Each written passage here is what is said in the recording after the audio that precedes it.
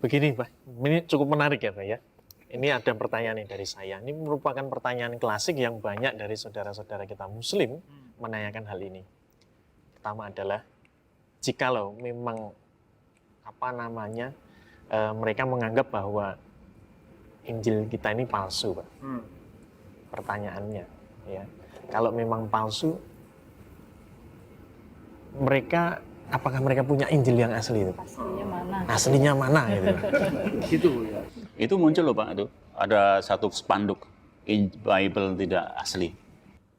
Ya itu kan perspektif teologis yang dipaksakan lagi. Jadi Injil yang ada sekarang tuh kira-kira seperti ini kan. Kan itu karangan Matius, Markus, Lukas, Yohanes, gitu kan. Mana yang asli? Karena ketika dia bertanya mana yang asli itu bayangannya Injil menurut pikiran mereka. Gitu? Kita harus bisa membedakan antara asumsi teologis dengan fakta historis. Fakta historis tidak pernah ada Injil yang turun dari surga, itu fakta sejarah.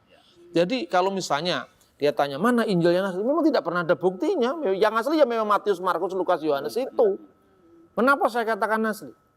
Tidak ada, jujur saja ya, tidak ada satu dokumen keagamaan yang lengkapnya menandingi Injil. Tidak ada. Kita bisa membandingkan tulisan Plato, manuskripnya dari tahun berapa, ya, terus dia hidup pada tahun berapa, Aristoteles itu hidup tahun berapa, manuskripnya dari tahun berapa, time gap jarak antara kehidupan si penulis dengan naskah tertua yang ditemukan, itu kapan? Itu paling banter, ya, naskah-naskah Yunani itu, ada yang 15 naskah, ada yang 8 naskah. Aristoteles kita akui sebagai seorang filosof besar, ya kan? Bahkan kita ini kalau masuk di fakultas hukum, fakultas ekonomi, yang fakultas ilmu sosial yang lain, dikatakan menurut Aristoteles manusia adalah zoon politikon, makhluk sosial. Mana sekarang uji kritik naskah terhadap Aristoteles? Time gapnya 1000 tahun lebih. Tidak sampai 10 biji jumlahnya. Injil ini dan tidak pernah ada pembahasan kritik teks. Textual criticism on Aristoteles. Tidak pernah ada itu. Yang ada justru Injil. Kita memiliki naskah perjanjian baru saja. Itu lebih dari 5.000 manuskrip. Dan bapak-bapak kita semua bisa bayangkan lah sekarang. Sebelum Injil kita bentuknya kodeks. Kodeks itu berjilid ya. Itu kira-kira dari abad keempat atau akhir abad ketiga. Misalnya Kodeks Sinaiticus itu dari tahun 325. Kodeks Vatikanus dari tahun yang kira-kira hampir sama 350. Kodeks Alexandrinus tahun 400. Tapi sebelum Injil dalam bentuk kodeks kita sudah memiliki namanya papirus. Salah satu papirus yang tertua dari kitab Injil itu berasal dari tahun 115 Masehi. Namanya papirus John Ryland yang di kodenya papirus P52 karena disimpan di perpustakaannya John Ryland. Itu ditemukan di Mesir. Menurut catatan sejarah gereja purba, Yohanes itu murid Yesus yang dikenal dengan Yohanes anak Zebedius atau Yahya bin Zabdi. Itu meninggal di kota Efesus sekarang Turki tahun 96. Naskah Injil tertua yang ditemukan tahun 115. Berarti hanya ada jarak kurang dari 20 tahun. Ini kan sama aja ketika zamannya Pak Harto yang lalu kan. Tahun 98 dia menyerahkan kekuasaannya pada Pak Habibie. Orang bertanya, apa buktinya Bapak Harto pernah menyerahkan kekuasaan pada Habibie? Itu arsipnya masih ada semua. 18 tahun itu kan bukan waktu yang lama, itu waktu yang dekat. Ini ada naskah yang berusia 18 tahun. Jadi ini naskah-naskah Injil terkuno yang bisa kita miliki. Kemudian P52 lalu P66 itu kira-kira dari tahun 120-an atau 125 Masehi. Berjarak kurang dari 30 tahun. Perjanjian baru yang lain ada yang lebih tua lagi. Menurut uji karbon dari Profesor Kim, dia seorang ahli papirus ya. Dia meneliti dari hasil uji karbon itu kira-kira baru tahun 2000-an beliau lakukan itu. Di bawah tahun 2000. Dia lakukan itu, dia mengatakan bahwa ada naskah yang namanya P46, itu isinya 10 surat-surat Paulus. Itu berasal dari tahun 85 Masehi.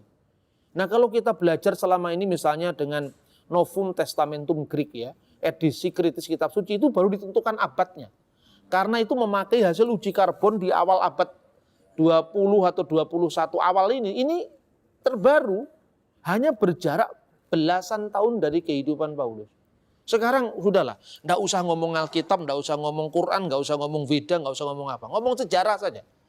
Kita lebih percaya dengan naskah Negara Kertagama dari zamannya Empu Prapanca, naskah lontarnya ditemukan. Kenapa kita harus merujuk sebuah keyakinan?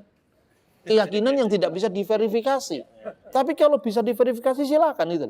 Maka sekarang ini dunia akademis Islam dan Kristen sekarang mengembangkan metode dalam penelaan teks. Kemudian ada juga terkait dengan pertanyaan Mas Yogi. Begini,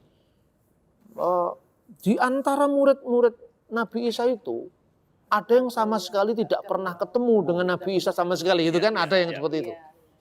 Ya saya katakan lah, terus Nabi Muhammad ketemunya kapan sama Nabi Isa?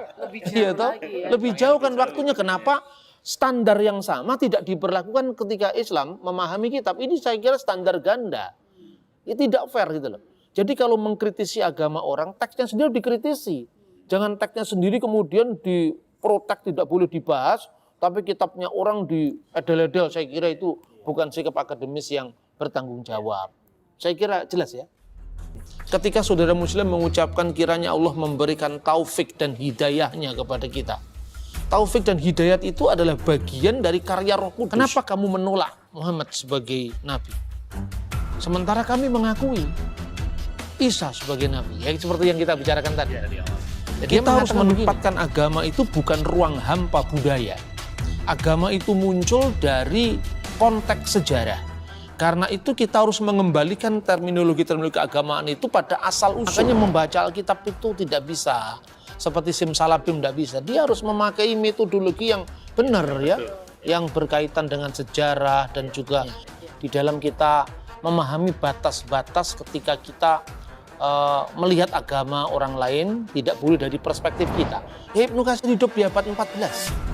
Sementara Yesus hidup di abad pertama. Ini sama saja kalau kita membahas Patih Gajah Mada berdasarkan naskah Melayu abad 21. Jauh sebelum zaman Islam sebetulnya kata Isa atau Isowa itu sudah muncul di dalam teks-teks bahasa Aramaik. Dalam penemuan di Dead Sea Scroll itu ada yang secara eksplisit menyebutkan kelahiran ilahi Mesias.